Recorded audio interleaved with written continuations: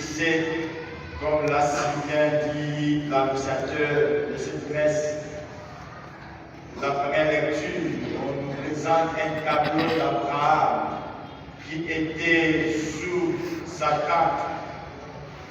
Il faisait tellement chaud, un soleil accablant, et Abraham sortira en courant parce qu'il avait vu 3 personnes sous le soleil. Abraham, aussitôt arrivé auprès de ses passagers, voyageurs, il se jeta aux pieds de ces voyageurs, la tête ou la face contre terre.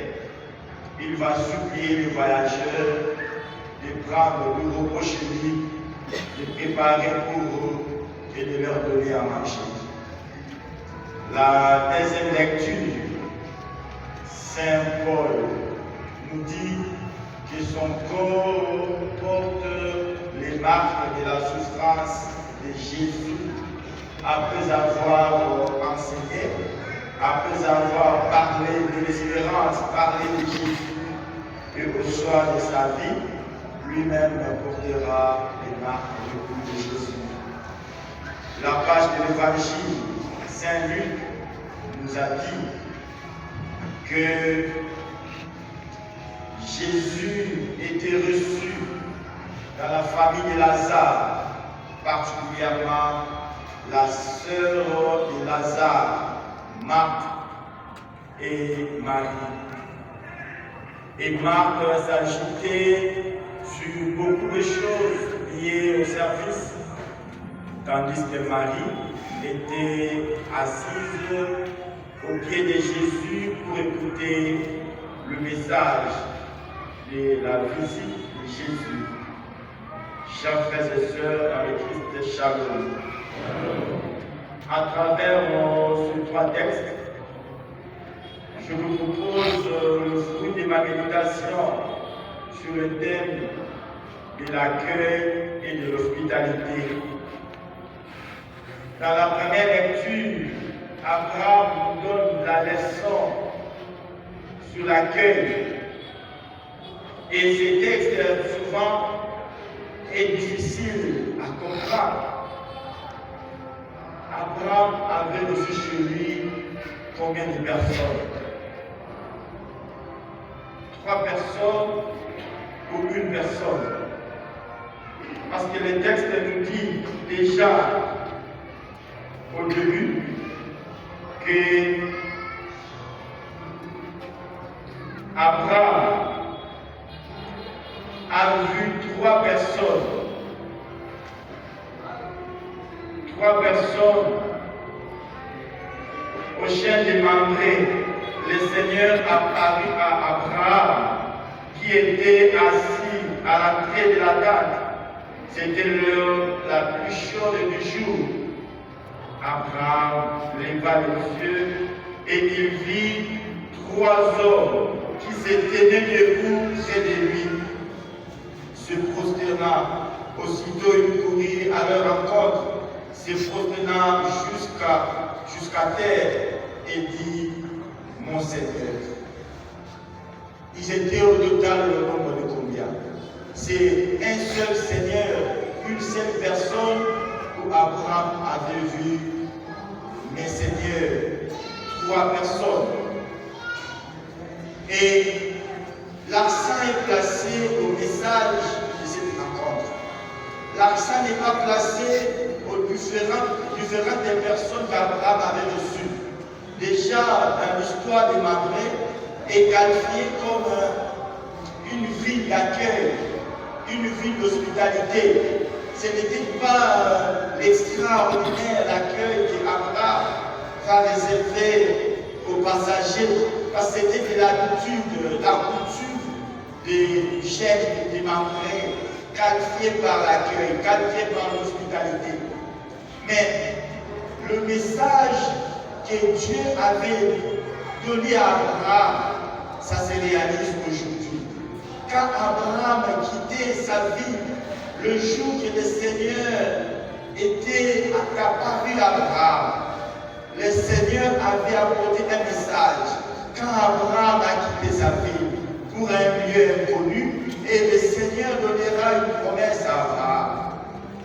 sera le père de la descendance. Tu auras une descendance nombreuse. Mais ce message n'était pas encore réalisé. Et Abraham se posait aussi des questions par rapport à cette promesse. Et Abraham était vieux et sa femme stérile aussi, une vieille. Mais les deux portaient une promesse, un message de Dieu. Et Abraham sera père. Et Sarah sera mère aussi.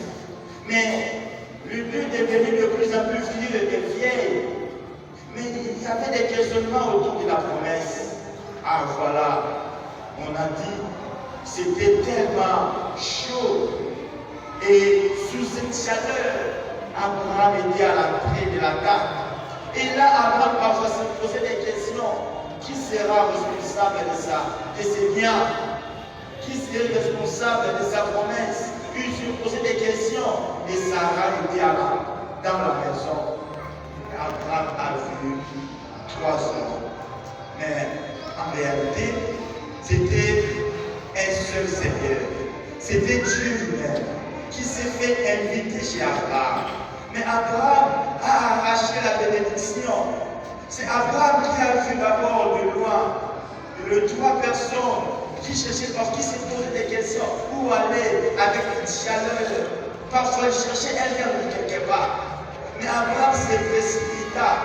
Il sort en courant, il laisse sa maison, mais il sort et il va se jeter au pied des inconnus. Mais il dit après, mon Seigneur. Mais donc ils ne sont pas 3, mais un seul Seigneur, un seul Dieu.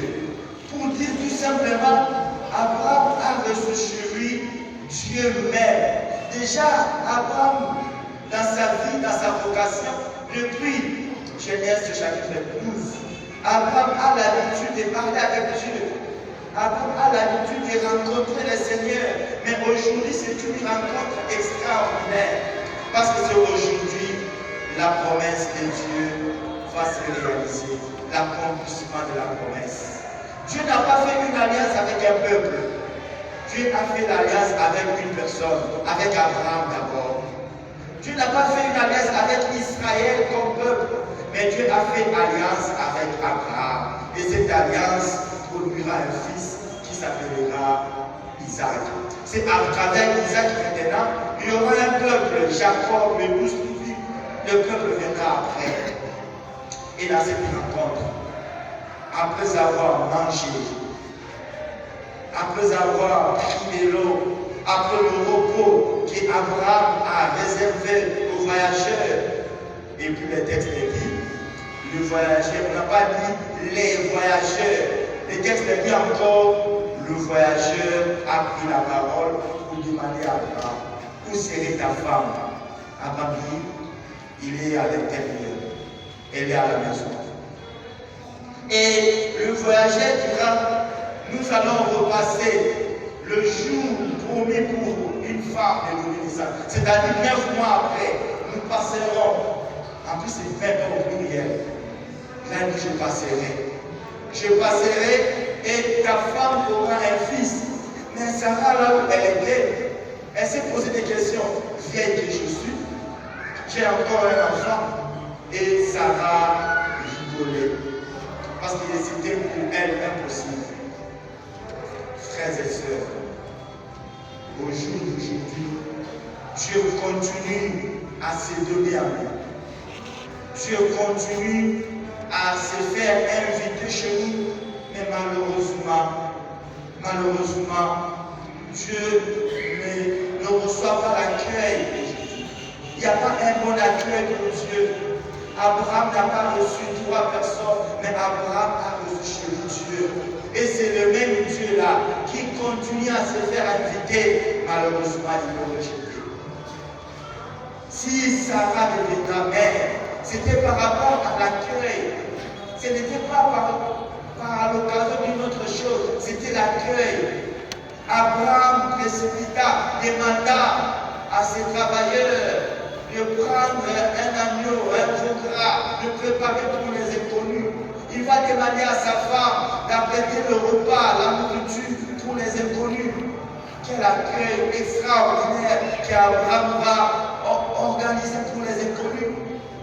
Et c'est au terme de cette rencontre, de cet accueil chaleureux, qu'Abraham bénéficiera d'un garçon, d'un fils. Et la promesse que Dieu avait faite à Abraham, cette promesse prendra corps aujourd'hui.